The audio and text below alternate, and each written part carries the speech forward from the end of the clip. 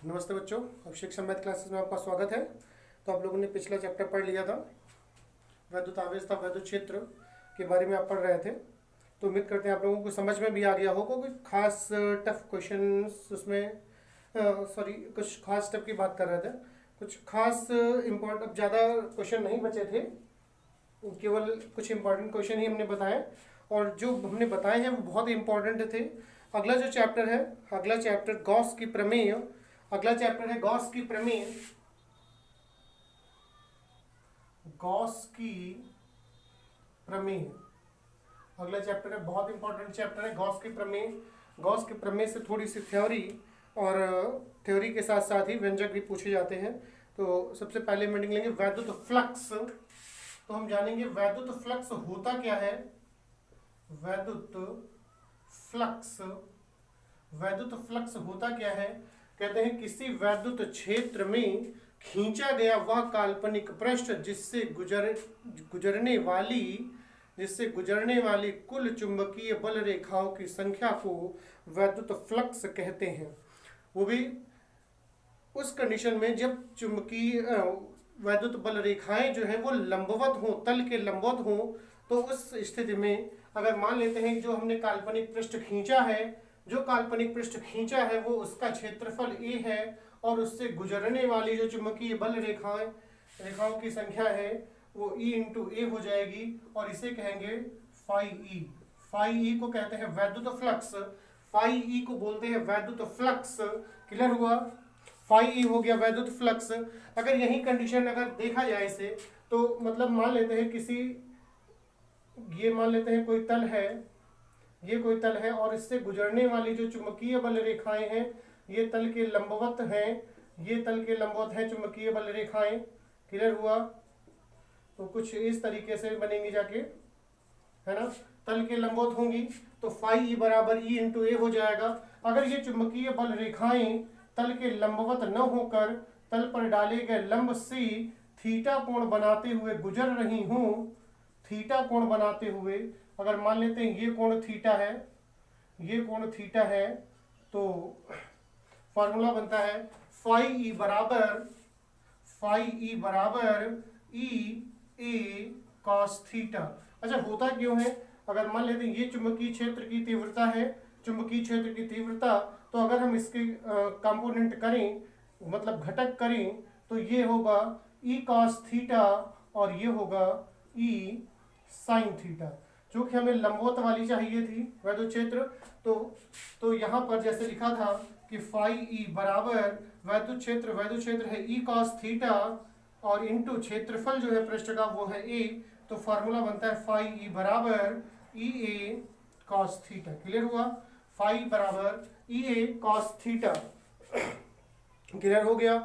तो यहाँ से अगर हम इसका मात्रक देखेंगे तो आप जानते हैं यहाँ से देखेंगे तो E मतलब वैद्युत क्षेत्र है, वैद्युत क्षेत्र का मात्रक न्यूटन प्रति कूलाम होता है और इंटू ए क्षेत्रफल है, इसका मात्रक मीटर स्क्वायर होगा। तो इसका जो वैद्युत फ्लक्स बनेगा इसका मात्रक होगा न्यूटन इंटू मीटर स्क्वायर प्रति कूलाम। क्लियर हुआ, न्यूटन इंटू मीटर स्क्वायर प्रति कूलाम। क्लियर हुआ, ठीक है ना, समझ में आ रहा होगा। अगला लेते हैं, अगली है गॉस की प्रमेय। गॉस की प्रमेय जो चैप्टर पढ़ रहे थे तो उसके बारे में बात करेंगे। गॉस की प्रमेय क्या होती है। गॉस की प्रमेय जो चैप्टर का नाम है वही लेंगे। गॉस की प्रमेय कहते भी हैं कि किसी बंद पृष्ठ से गुजरने वाला कुल वैद्युत फ्लक्स, किसी बंद पृष्ठ से गुजरने वाला कुल वैद्युत फ्लक्स उस बंद पृष्ठ के भीतर स्थित, उस बंद पृष्ठ कहा गया है, खुला नहीं होना चाहिए, बंद पृष्ठ होगा, उस बंद पृष्ठ के भीतर स्थित कुल आवेश, उस पृष्ठ के भीतर जो आवेश होगा वो कहा गया कुल आवेश तथा वैद्युतशीलता, जो निर्वात की वैद्युतशीलता है, निर्वात की वैद्युतशीलता, वैसे वैद्युतशीलता को एप्सिलॉन लिखते हैं और निर्वात की वैद्युतशीलता होती है तो एप्सिलॉन 0 लिखा जाता है।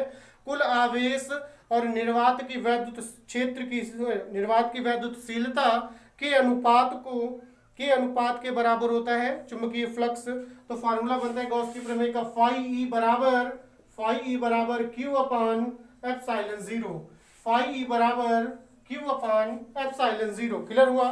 फाई ई बराबर क्यू अपान एप्सिलॉन जीरो।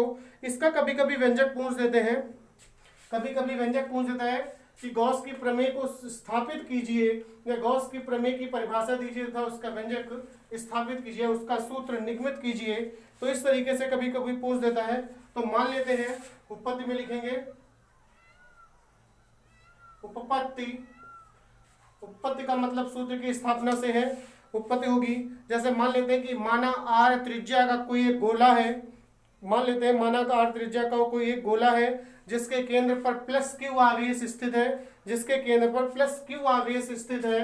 मान लेते हैं एक आर त्रिज्या का गोला है, ये हो गया, इसकी त्रिज्या आर है और इसके केंद्र पर, केंद्र ओ हो गया, इस पर प्लस क्यू आवेश स्थित है, ये हो गई इसकी त्रिज्या आर। अगर हम यहाँ पर कोई एक पृष्ठ ले लें छोटा सा गोले के ऊपर, मान लेते हैं इस पृष्ठ का जो क्षेत्रफल है वो डेल्टा ए है, तो पृष्ठ से गुजरने वाला कुल जो वैद्युत फ्लक्स होगा फाई, ये वैद्युत क्षेत्र की तीव्रता हो जाएगी ई। और क्लियर हुआ? क्लियर हुआ? ये वैद्युत क्षेत्र की तीव्रता है, ई वेक्टर लिख लें या ई सिंपल लिख सकते हैं, कोई दिक्कत नहीं है उसमें। तो कहा भी जाता है कि बिंदु सॉरी प्लस क्यू आवेश के कारण, यहाँ पर अगर बिंदु कोई नहीं है, यहाँ पर नाम डाल देते हैं, ये बिंदु मान लेते हैं यहाँ पर जहाँ पर निकाल रहे हैं, बिंदु पी है। तो कहते हैं प्लस क्यू आवेश के कारण बिंदु पी पर वैद्युत क्षेत्र की तीव्रता, प्लस क्यू आवेश के कारण बिंदु पी पर, बिंदु पी से मतलब है कि डेल्टा ए जो क्षेत्रफल है इसके, इस पर वैद्युत क्षेत्र की तीव्रता क्या होगी? बिंदु पी पर वैद्युत क्षेत्र की तीव्रता, वैद्युत क्षेत्र की तीव्रता E बराबर 1/4 pi epsilon 0 into Q upon R square. E बराबर 1/4 pi epsilon 0 into Q upon R square. Clear हुआ? क्लियर हुआ? नोट करते रहे। तो अब जैसे बात करें तो इस अल्पांश क्षेत्रफल से जो गुजरने वाला वैद्युत फ्लक्स है वो कितना होगा? वो कितना होगा? तो यहां लिख सकते हैं कि अल्पांश क्षेत्रफल डेल्टा ए से गुजरने वाला वैद्युत फ्लक्स, डेल्टा ई क्षेत्रफल से गुजरने वाला वैद्युत फ्लक्स। तो आप जानते हैं फाई ई बराबर या डेल्टा फाई ई लिख सकते हैं उसे, डेल्टा फाई ई बराबर ई इंटू डेल्टा ए, ई इंटू डेल्टा ए हो जाएगा। तो डेल्टा फाई ई बराबर ई का मान लगा दें तो हो जाएगा 1/4 पाई एप्सिलॉन 0 इंटू क्यू बटा are square into delta E. अगर बात की जाए, ये एक छोटा सा अल्पांश लिया गया है, ऐसे ही अगर छोटे छोटे से और अल्पांश ऐसे बना दिए जाएं इस पर, ये छोटे छोटे से अल्पांश और बना दें इस पे। क्लियर हुआ? ये छोटे छोटे से अल्पांश और बनाते चले जाएं इसमें, इन सभी अल्पांशों का जो क्षेत्रफल होगा, ये जितने भी छोटे छोटे अल्पांश दिखाई दे रहे हैं, इन सभी का जो क्षेत्रफल होगा, इन छोटे छोटे अल्पांशों का, उनका कुल योग, इन अल्पांशों का जो कुल योग होगा, अल्पांशों के क्षेत्रफल का जो कुल योग होगा, इस क्या कहेंगे, कुल जो क्षेत्रफल है वो इस गोले के पृष्ठ, या कह लें कि जो वक्र पृष्ठ है या संपूर्ण गोले में वक्र पृष्ठ और संपूर्ण पृष्ठ एक ही चीज होती है, तो इस गोले के पृष्ठ क्षेत्रफल के बराबर होगा। क्लियर हुआ? तो जब डेल्टा ए अल्पांश क्षेत्रफल से जो गुजर रहा है वैद्युत फ्लक्स वो है डेल्टा फाई बराबर 1/4 pi epsilon 0 into Q upon R square into delta E. तो इस गोले के पृष्ठ से गुजरने वाला कुल फ्लक्स जो होगा, तो यहां पर लिखेंगे कि गोले के पृष्ठ से गुजरने वाला, गोले के पृष्ठ से गुजरने वाला कुल वैद्युत फ्लक्स, कुल वैद्युत फ्लक्स फाई ई बराबर sigma delta phi E. Clear हुआ? सिग्मा डेल्टा फाई ई का सिग्मा आपने पढ़ा होगा कक्षा 10 में ही, जब आप लोग समांतर माध्य पढ़ रहे थे उसमें फार्मूला लिखते थे समांतर माध्य बराबर सिग्मा एफ एक्स बटा सिग्मा एफ। तो इस सिग्मा का मतलब क्या होता था कि जितने भी एफ एक्स वाले पद हैं उन सभी पदों का योगफल। वैसे सिग्मा एफ का मतलब जितने भी एफ है, एफ मतलब बारंबारता, जितनी भी बारंबारता है उन सभी बारंबारताओं का योगफल। वैसे ही कि फाई बराबर सिग्मा डेल्टा फाई मतलब जितने भी इसमें अल्पांश हैं, जितने भी अल्पांश, उन अल्पांशों से जो पृष्ठ गुजर रहा होगा उन सभी पृष्ठों, उन सभी जो वैद्युत फ्लक्स है उन सभी फ्लक्स का जो योगफल है वो कुल मतलब गोले के पृष्ठ से गुजरने वाले फ्लक्स के ही बराबर होगा। तो फाई बराबर sigma delta phi E. Clear हुआ? फाई बराबर सिग्मा डेल्टा फाई ई। तो यहां पर हम मान लगाएंगे, मान लगा दें तो ये हो जाएगा फाई ई बराबर सिग्मा, और डेल्टा फाई का मान था 1/4 पाई एप्सिलॉन 0 इंटू क्यू बटा are square into delta A. Clear हुआ? तो अब ये देखेंगे कि सिग्मा का फर्क पड़ेगा किस पर। जो सिग्मा है इसका फर्क किस प्रतीक पर पड़ेगा, जाके किस राशि पे पड़ेगा, क्योंकि 1/4 पाई एप्सिलॉन 0 कांस्टेंट है, क्यू गोले के पृष्ठ पर रखा हुआ है। क्लियर हुआ?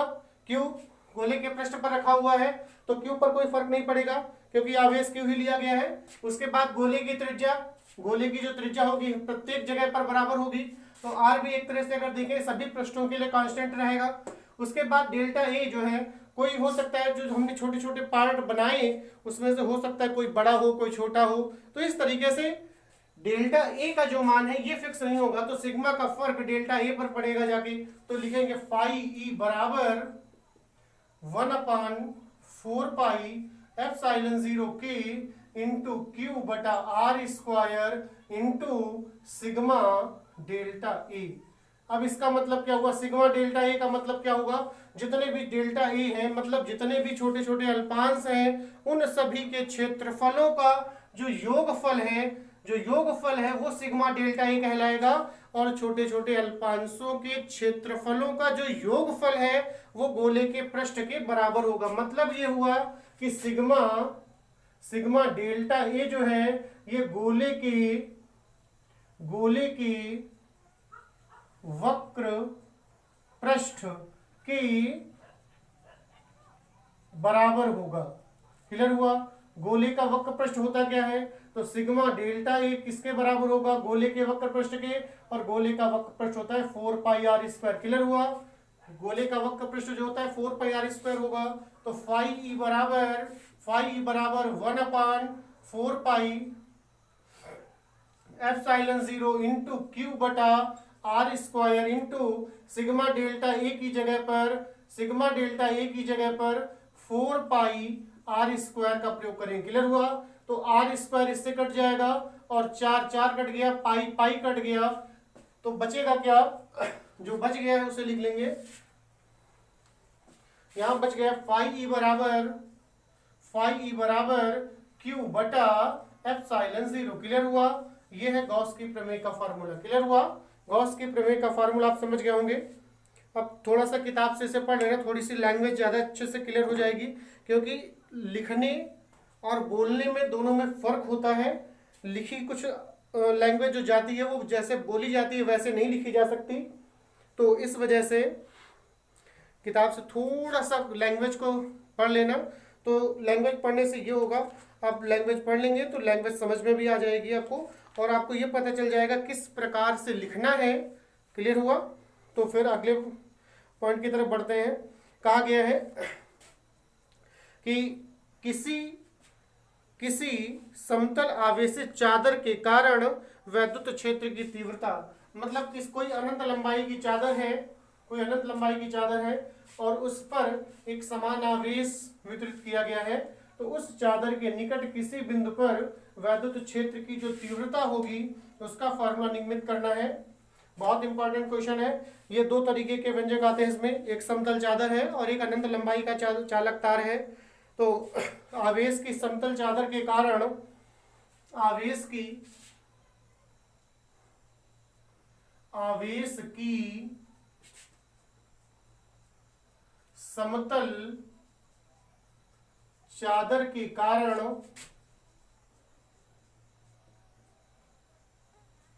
चादर के निकट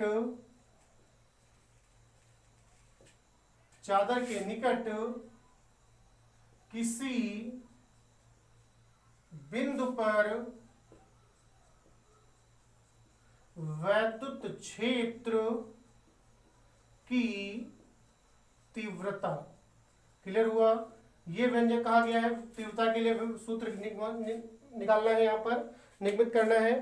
तो जैसे इसमें लैंग्वेज लिखेंगे कि माना धातु की एक बहुत बड़ी समतल चादर है को कुछ धनावेश दिया जाता है जो तुरंत ही चादर के पृष्ठ पर समान रूप से वितरित हो जाता है या फैल जाता है। तो चादर पर आवेश का जो पृष्ठ घनत्व है वो है रो। क्लियर हुआ? आवेश का जो पृष्ठ घनत्व है, क्लियर हुआ? आवेश का पृष्ठ घनत्व रो है और रो बराबर Q अपान A होता है। याद रखना है, आवेश का जो पृष्ठ घनत्व है वो रो बराबर Q अपान A होता है और इसका जो मात्रक होता है, Q का मात्रक कूलाम और बटा A का मात्रक मीटर स्क्वायर। कूलाम प्रति मीटर स्क्वायर आवेश का जो पृष्ठ घनत्व है रो बराबर Q अपान A, उसका मात्रक होगा कूलाम प्रति मीटर स्क्वायर। उसके बाद कहेंगे चादर के समीप L दूरी पर एक बिंदु P स्थित है। चादर के समीप L दूरी पर एक बिंदु P स्थित है जहां वैद्युत क्षेत्र की तीव्रता ज्ञात करनी है। तो सबसे पहले हम इसका चित्र बना ले। एक समतल आवेशी चादर के लिए चित्र बना ले पहले।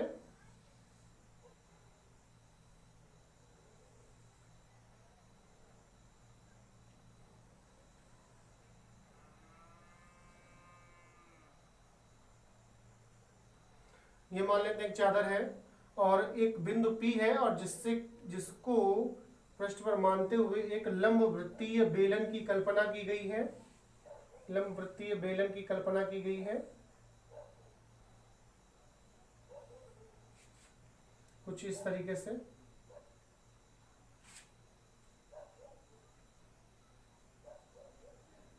कुछ ऐसे।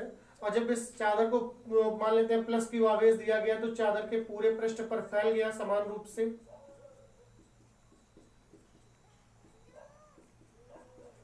रूप से। फैल जाएगा।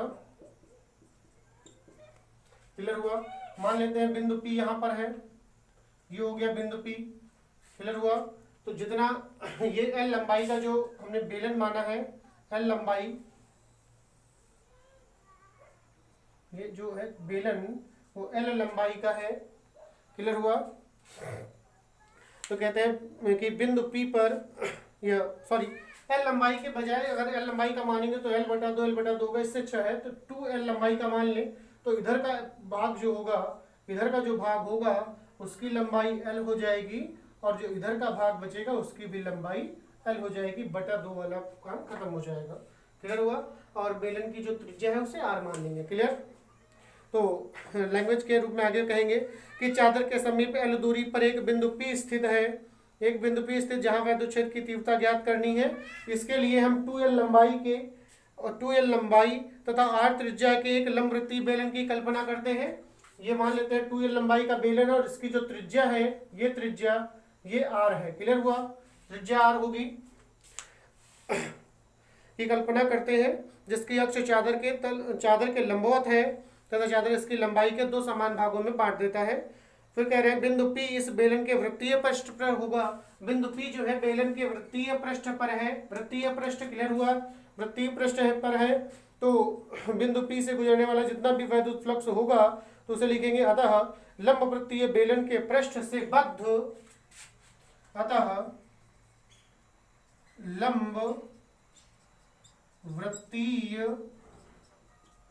बेलन के पृष्ठ से बद्ध कुल कुल फ्लक्स बराबर होगा, क्योंकि आप जानते हैं कि बेलन में दो तरह के पृष्ठ होते हैं, एक वृत्तीय पृष्ठ होता है और दूसरा होता है वक्र पृष्ठ। क्लियर हुआ? तो जितना भी वक्र पृष्ठ से गुजर रहा होगा और जितना भी वृत्तीय पृष्ठ से गुजर रहा है उन दोनों का योगफल निकालेंगे। तो चूंकि यहां पर दो वृत्तीय पृष्ठ है तो यहां लिखेंगे दोनों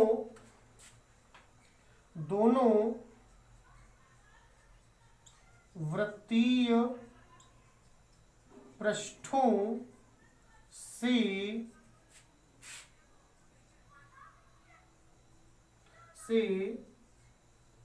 गुजरने वाला फ्लक्स और प्लस वक्र पृष्ठ से गुजरने वाला फ्लक्स। क्लियर हुआ? दोनों वृत्तीय पृष्ठों से गुजरने वाला फ्लक्स और वक्र पृष्ठ से गुजरने वाला जो फ्लक्स होगा उन दोनों का जो योगफल होगा इस लंबवृत्तीय बेलन के पृष्ठ से बद्ध जो कुल फ्लक्स होगा वो उसके बराबर हो जाएगा। तो जैसे वैद्युत फ्लक्स का जो फार्मूला लिखते हैं फाई ई बराबर, तो ई इंटू ए इंटू कॉस थीटा ऐसे लिखा जाता है। तो यहां पर लिखेंगे कि ई इंटू, अब बात कर रहे हैं कि दोनों वृत्तीय पृष्ठों से, तो एक पृष्ठ ये हुआ वृत्तीय पृष्ठ, वृत्त का क्षेत्रफल जानते हैं पाई आर स्क्वायर होता है, और इधर का बात करें तो वो भी पाई आर स्क्वायर होगा, दो हो जाएंगे तो दो जोड़ दे पाई आर स्क्वायर तो 2 पाई आर स्क्वायर होगा। क्लियर हुआ? 2 इंटू पाई आर स्क्वायर और इंटू बात की गई है कॉस थीटा की, बात करें यहाँ पर कॉस थीटा की, तो जो वृत्तीय पृष्ठ है, वृत्तीय पृष्ठ अगर हम इनकी बात करें तो इनकी जो अक्ष है वो इस तरीके से होगी और जो चादर की अक्ष है वो ऐसे है, तो दोनों समांतर है, तो यहाँ पर हो जाएगा cos 0। क्लियर हुआ? दोनों के बीच में, दोनों जब समांतर है दोनों के बीच का जो कोण होगा वो 0 अंश होगा, तो cos 0 प्लस वृत्तीय पृष्ठ की बात करें या वक्र पृष्ठ की बात करें तो ई इंटू, और वक्र पृष्ठ होता है 2 पाई आर एच, और एच जो है बेलन की वो है 2l, बेलन के लिए जो एच का प्रयोग करेंगे वो है 2l और इंटू कॉस, और कोण जो होगा वो 90 हो जाएगा। वक्र पृष्ठ ये देखिए हिस्सा ये वक्र पृष्ठ है चादर की तल, इस तरीके से दोनों के बीच में 90 अंश का कोण बनेगा, तो ये हो जाएगा E into 2 pi R square into cos 0 plus E into 2 pi R into 2l into cos 90। Clear हुआ? क्लियर हो गया? तो ये फाई ई है कुल फ्लक्स, फाई ई, तो फाई ई बराबर हो जाएगा, तो फाई ई बराबर यहां पर मान लगाएंगे कोण के, तो ये हो जाएगा फाई ई बराबर E into 2 pi R square into, और कास जो 0 है कास 0 का मान 1 होता है, और प्लस ई इंटू, और ये हो जाएगा 4 पाई आर एल और इंटू कॉस 90 का मान 0, तो मतलब ये पूरा पद 0 हो जाएगा। क्लियर हुआ? तो यहां से बचेगा फाई ई बराबर E into 2 pi R square. ठीक है ना? आप लोग जानते हैं गॉस की प्रमेय, तो गॉस प्रमेय की अनुसार, तो गॉस प्रमेय के अनुसार फाई ई बराबर होता है क्यू अपान ई, फाई ई बराबर होता है क्यू अपान, फाई ई बराबर Q upon epsilon 0, phi E बराबर क्यू अपान एप्सिलॉन 0 होता है। तो यहां पर मान लगाएंगे,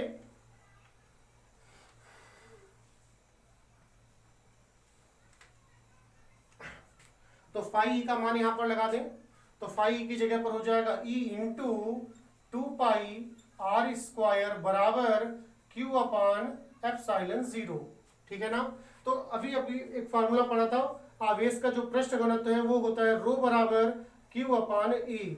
अगर यहां से अगर हम क्यू का मान निकालें तो क्यू बराबर रो इंटू ए हो जाएगा। क्लियर हुआ? क्यू बराबर रो इंटू ए, तो यहाँ पर मान लगाएंगे, तो E into 2 pi R square बराबर क्यू की जगह पर रो इंटू ए हो जाएगा और बटा एप्सिलॉन 0। क्लियर हुआ? तो चूंकि ए है क्या, आप जानते हैं ए क्षेत्रफल है, तो क्षेत्रफल होता है पाई आर स्क्वायर। तो यहाँ पर प्रयोग करेंगे ई बराबर, तो sorry E into 2 pi R square बराबर रो इंटू ए की जगह पर पाई आर स्क्वायर और बटा एप्सिलॉन 0। तो पाई और पाई कट जाएगा, आर स्क्वायर कट जाएगा, तो यहाँ बचेगा 2e बराबर रो बटा एप्सिलॉन 0 या ई बराबर रो बटा 2 एप्सिलॉन 0। समतल आवेशी चादर के निकट किसी बिंदु P पर वैद्युत क्षेत्र की जो तीव्रता का फार्मूला है वो E बराबर रो अपान 2 एप्सिलॉन 0 होगा। क्लियर हुआ? उम्मीद करते हैं समझ में आ गया होगा। तो कमेंट करके जरूर बताएं कि आज का वीडियो कैसा लगा, और जिन लोगों ने चैनल को सब्सक्राइब नहीं किया है वो लोग चैनल को सब्सक्राइब कर लें। तो स्वस्थ रहे, मस्त रहे, व्यस्त रहे। धन्यवाद क्लास।